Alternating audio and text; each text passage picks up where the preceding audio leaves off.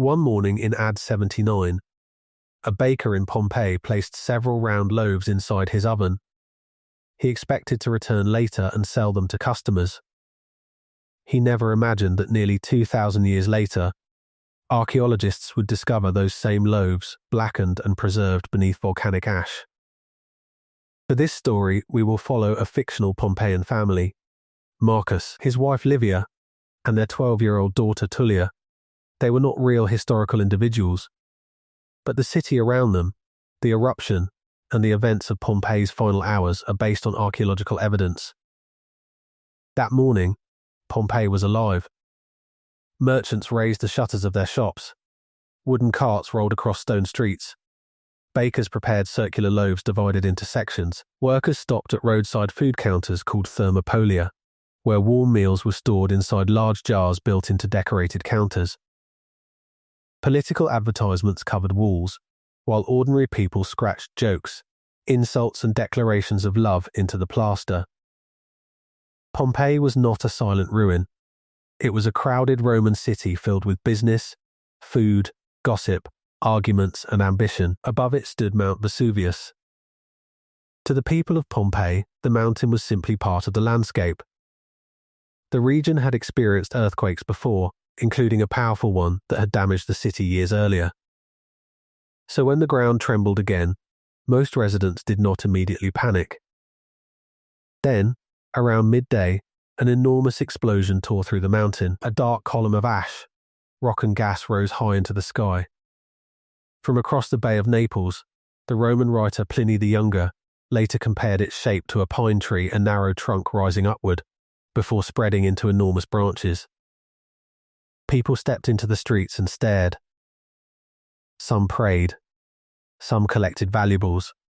Others remained outside, believing the strange cloud would soon disappear. Then small white stones began falling from the sky.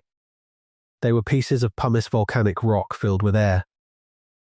At first, Tullia might have picked one up from the street and examined how strangely light it felt, but the stones did not stop. Thousands became millions. They struck rooftops, courtyards and streets in a relentless storm. Marcus leads his family indoors, believing the house will protect them. For a while it does, but pumice begins gathering on the roof. Hour after hour, the layer becomes deeper and heavier. Across the city, wooden beams bend beneath the weight. Roof tiles slide. Walls begin to crack. The family hears a distant collapse. Then another. Marcus realizes that remaining inside may be more dangerous than leaving. By afternoon, sunlight has almost vanished. Although the sun has not set, Pompeii is covered in darkness. Families light oil lamps inside their homes. Fine ash enters through windows and underneath doors. Outside, the familiar city is disappearing. Streets are buried beneath pale volcanic stones. Market stalls have been abandoned. Animals pull against their ropes. Lamps move through the darkness as families search for a way out. Some residents leave immediately. Others remain behind to protect their homes, money and possessions. Some stay because elderly relatives cannot travel quickly. Others believe Pompeii's stone buildings will survive. Marcus tells Livia and Tullia to take only what they can carry. They leave behind furniture, food, clothing, and nearly everything they own. Outside, the family joins a slow-moving crowd. People carry blankets, lamps, and small bags of valuables. Parents hold their children's hands. Neighbors help one another across streets now buried beneath deep layers of pumice. Progress is painfully slow. Every few moments, the ground trembles. Dust rises from damaged buildings. Some roads are completely blocked. Marcus guides his family toward one of the city gates, but the darkness makes every street difficult to recognize. Through the night, Mount Vesuvius continues throwing ash and stone into the sky. Then, before dawn, the eruption changes. The towering column above the volcano can no longer support its own weight. It begins to collapse. Huge clouds of hot ash, gas and volcanic material rush down the mountain. These are known as pyroclastic surges. They move across the landscape faster than most people can run.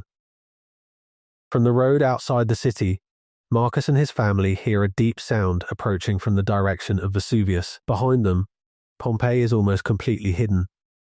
Livia pulls Tullia close as the crowd continues toward the coast. No one knows whether the road ahead is safe. No one knows how far the volcanic cloud will travel. And no one understands that the city behind them is entering its final moments. The fate of our fictional family remains unknown. Some real residents escaped Pompeii before the deadliest phase of the eruption. Many others did not. By morning, streets, homes, temples, gardens, bakeries and public baths had disappeared beneath meters of volcanic material. The eruption destroyed the city. But it also preserved it. Bread remained inside ovens. Meals were left unfinished. Coins stayed inside shop counters. Paintings survived on walls. Footprints, household objects and graffiti remained frozen beneath the ash. Centuries later, archaeologists uncovered streets that still contained the details of ordinary Roman life. Pompeii is haunting because it does not feel like a city that slowly faded away. It feels interrupted. One moment, people were opening shops, preparing meals and planning for tomorrow. Then the sky darkened. The streets disappeared. And tomorrow never came.